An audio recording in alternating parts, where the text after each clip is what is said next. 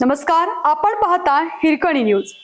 Hirkani news प्रत्येक क्षण ताज्या घडामोडी आणि महत्त्वाच्या प्रत्येक बातमीसाठी नेहमी तत्पर.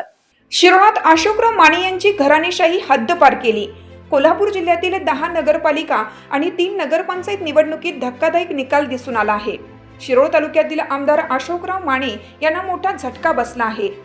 त्यांची घराणेशाही मतदारांनी पूर्णपणे हद्दपार केली. नगराध्यक्षपदाच्या निवडणुकीत माने यांच्या सून सारिका अरविंद माने यांचा आणि नगरसेवक पदाच्या निवडणुकीत मुलगा अरविंद अशोकराव माने यांचा पराभव झाला. मतदारांनी त्यांच्या पुतण्यालाही घरचा रस्ता दाखवला. यामुळे भाजपच्या तारराणी आघाडीला मोठा झटका बसला असून प्रदेशाध्यक्ष रवींद्र चव्हाण यांच्या प्रचाराचा प्रभावही काहीसा दिसला नाही. शिरोळ नगर परिषदेत यादव गटाने जोरदार कामगिरी करत नगराध्यक्ष योगिता कांबळे आणि 15 नगरसेवकांवर विजय मिळवला. भैया गटाला 3 आणि अपक्षला 2 नगरसेवक जागा मिळाल्या. दुसरीकडे पन्हाळा आणि मलकापूरमध्ये जनसुराज्यच्या उमेदवारांनी नगराध्यक्षपदी विजय मिळवला.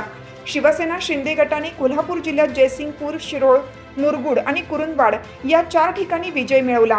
राष्ट्रवादी काँग्रेसला अपेक्षित यश मिळाले, मात्र गडहिंग्लज आणि कागलमध्येच विजय मिळाला. काँग्रेसने फक्त पेठ, वडगाव आणि शिरोळमध्ये विजय मिळवला.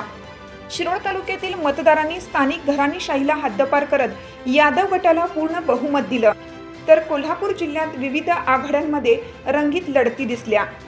आपल्या हिरकणी न्यूज चॅनलला लाईक करा, शेअर करा आणि सबस्क्राईब करायला विसरू नका. आणि रहा अपडेट.